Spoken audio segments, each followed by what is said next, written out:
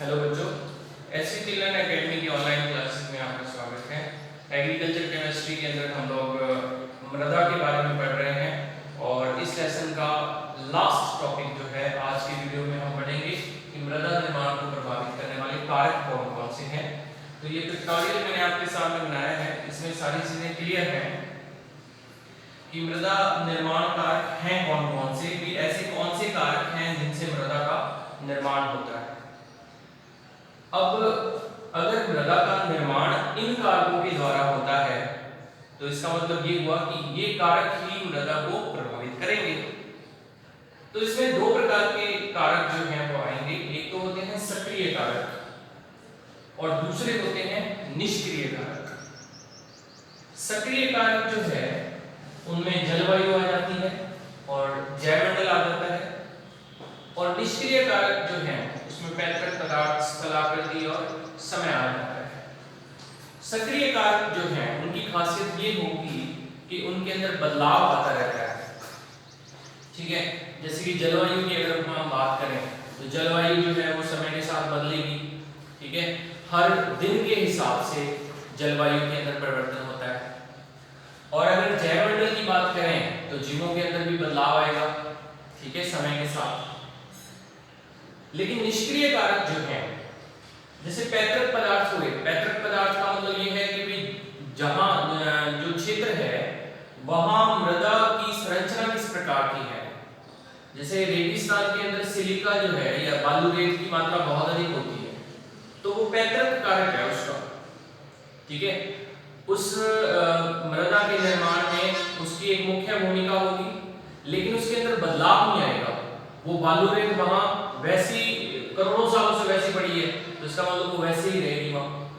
फिर देखो स्थलाकृति। स्थलाकृति का मतलब ये है कि जैसे मान लिया कोई पहाड़ी क्षेत्र है तो उसके अंदर पहाड़ियां हैं, अब वो स्थलाकृति जो है वो हमेशा वहां वैसी रहेगी, तो मृदा का निर्माण है वो उसको वो प्रभावित करेगी वो स्थलाकृति। ठीक है, तो वो निष्क्रिय है, एक ही जगह पे रहेगा। ऐसे समय जो है वो हम कह सकते हैं कि उसमें बदलाव तो आता है, लेकिन समय का जो प्रभाव है मृदा निर्माण पे उसको वो अलग तरीके से प्रभावित करेगा। इसका हम ऐसे कह सकते हैं कि जैसे कोई मृदा जो है उसको प्रभावित निर्माण के अंदर करोड़ों साल लगते हैं या हजारों या सैकड़ों सालों के अंदर मृदा का निर्माण होता है। जैसे हमने पहले भी पढ़ा था कि चट्टानें जो हैं वो करोड़ों सालों में बनी, क्योंकि पृथ्वी से जो लावा निकलता था वो लावा जो ठंडा होकर जमता गया और उससे चट्टानों का निर्माण हुआ। ऐसे ही अगर हम बात करें मृदा की, तो मृदा के अंदर जो जैविक पदार्थ होते हैं या जीव जो हैं वो सैकड़ों सालों से उसके अंदर उनका जो मृत जो शरीर है उसमें पड़े रहते हैं, तो उनसे मृदा का निर्माण होता है। तो समय जो है वो इस प्रकार प्रभावित करता है कि किसी भी मृदा के निर्माण में कितना समय लगा। ज्यादा समय लगा तो वो मृदा के गुण जो है अलग प्रकार के होंगे, और अगर उसमें कम समय लगा है तो उसके गुण जो है वो अलग प्रकार के होंगे। तो इस प्रकार से ये सारे के सारे जो कारक हैं इनको हम एक एक करके सबको पढ़ेंगे कि ये क्या कारक हैं और किस प्रकार से प्रभावित करते हैं। तो मैं सबसे पहले बात करूंगा जलवायु। ठीक है, दो प्रकार के कारक हैं और दो कारकों के अंदर जो पहला है हमारा सक्रिय कारक, और सक्रिय कारकों में पहला है जलवायु। ठीक है, जलवायु की बात हम करते हैं। तो देखो भाई जलवायु जो है वो किस प्रकार से प्रभावित करती है। जलवायु का पहले मैं आपको बताऊं कि निर्माण कैसे होता है। ठीक है, तो अपन देखेंगे कि जलवायु में क्या है, जल है और वायु है। ठीक है, जल और वायु, वायु के अलावा वायु के अलग अलग गैसों की मात्रा जो है वो है, नमी है, ठीक है, वाष्प है, ठीक है, जल की वाष्प, तो ये सारी चीजें इसके अंदर आती हैं। वर्षा, ठीक है, आंधी, तूफान, ये सारी चीजें इसके अंदर आ जाती हैं और ये सारी की सारी क्या है, जलवायु का निर्माण कर देती है। ठीक है, इसी के अंदर ऋतुएं भी आ जाएंगी, ऋतुएं आ जाएंगी। ठीक है, सर्दी गर्मी वो भी आ जाएंगी। तो इस सब को मिलाकर क्या बनता है, जलवायु बनता है।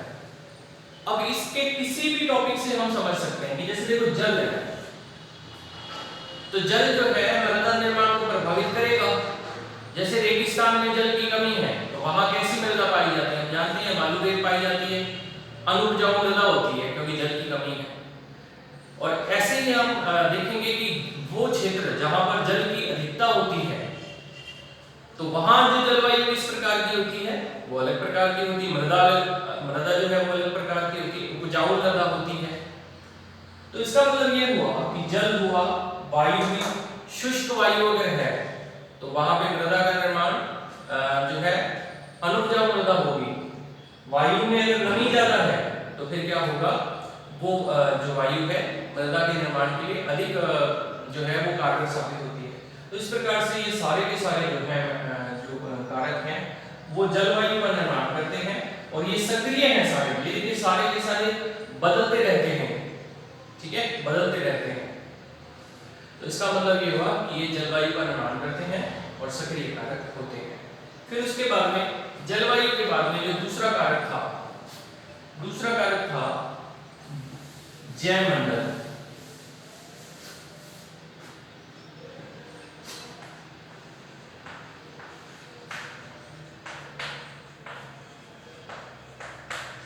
जैवमंडल, ठीक है, जैवमंडल। जैवमंडल कैसे प्रभावित करता है, देखिए जैवमंडल जो है पहले तो इसका निर्माण कैसे होता है, तो निर्माण किससे होता है, जीवों से। ठीक, जीवों में कौन कौन आ गया, ऐसे तो करोड़ों की संख्या में जीव हैं, लेकिन हम कह सकते हैं कि मनुष्य उसमें आ जाता है। ठीक है, उसमें कीट आ जाते हैं, कीट, उसमें रेंगने वाले जानवर जिनको आप बायोलॉजी में रेप्टाइल्स कहते हो, रेंगने वाले जानवर आ जाते हैं। ठीक है, पक्षी आ जाते हैं,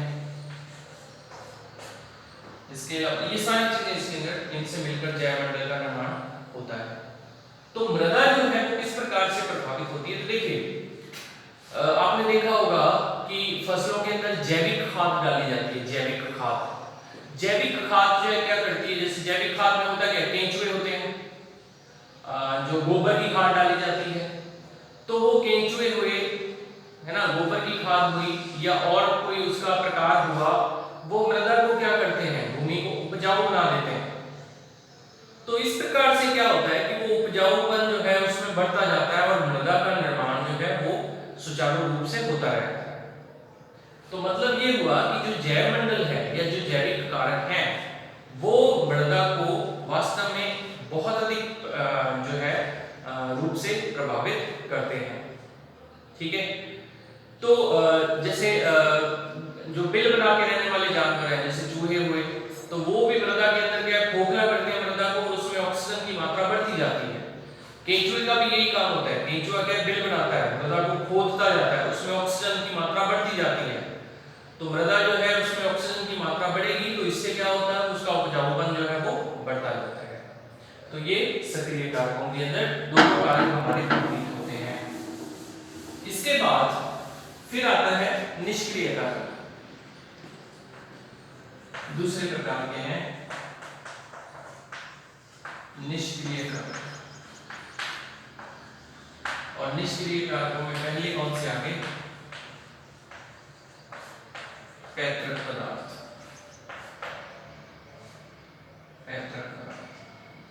ठीक है, अब पैतृक पदार्थ जो है वो क्या होते हैं, देखिए पैतृक पदार्थ उन पदार्थों को कहा जाता है जिनसे मृदा का निर्माण हुआ है, जिनसे मिलकर मृदा बनती है। तो आपने एक चीज देखी होगी, हमने पढ़ा था संस्तर पढ़े थे, संस्तर है ना, ए बी ओ ऐसे करके संस्तर पढ़े थे। तो वो संस्तर जो है वो क्या है, मृदा के पैतृक पदार्थ हैं। पैतृक पदार्थ का मतलब ये है कि वो जो संस्तर हैं वो चट्टानों से मिलकर बने, बड़े कणों से मिलकर बने, सूक्ष्म कणों से मिलकर बने। तो जैसे जैसे कणों से मिलकर बने हैं वैसे ही मृदा का आगे निर्माण होगा। तो मतलब ये हुआ कि ये कारक जो हैं, ये संस्तर जो ए स्तर हुआ, बी हुआ, तो इनके अंदर क्या है, मृदा की जो है संरचना भी अलग अलग प्रकार की होती है। तो इस प्रकार से वो मृदा जो है वो इनसे प्रभावित होती है। ठीक है। पैतृक पदार्थों के बाद दूसरा आ जाता है, मैं इसमें ये भी बता दूं कि इसके अंदर चट्टानें आ जाएंगी सारी की सारी। ठीक है, चट्टानें इसके अंदर आ जाएंगी। पैतृक पदार्थ के बाद में दूसरा आ जाता है स्थलाकृति।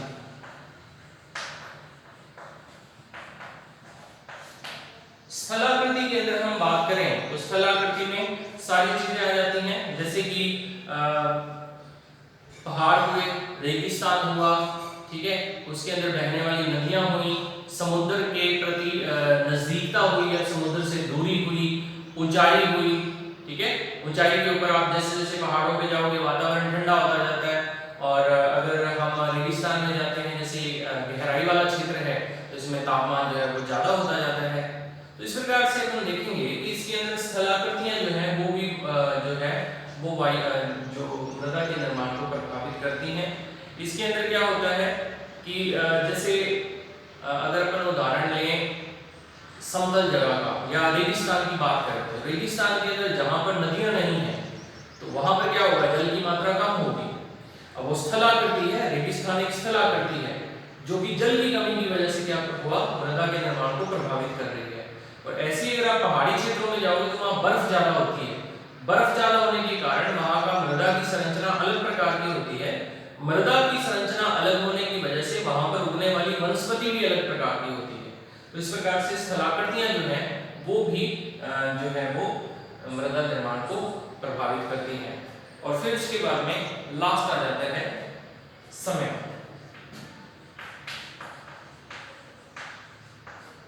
ठीक है, तो समय भैया, समय का मतलब ये है कि जो मृदा निर्माण है ना, मृदा निर्माण वो धीमी तथा सतत प्रक्रिया है।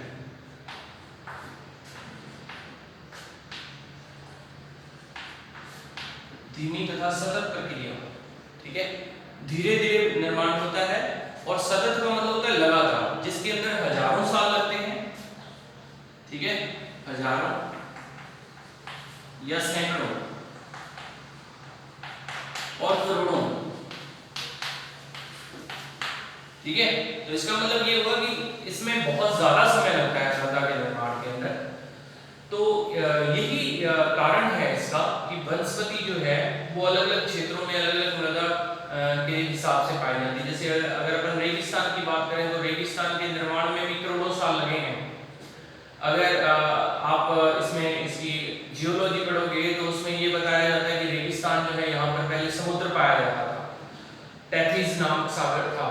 तो उस टेथिस सागर का जो पानी था वो सूख गया यहाँ से, तो रेगिस्तान में बदलाव हुआ, फिर उस प्रकार की मृदा का निर्माण हुआ।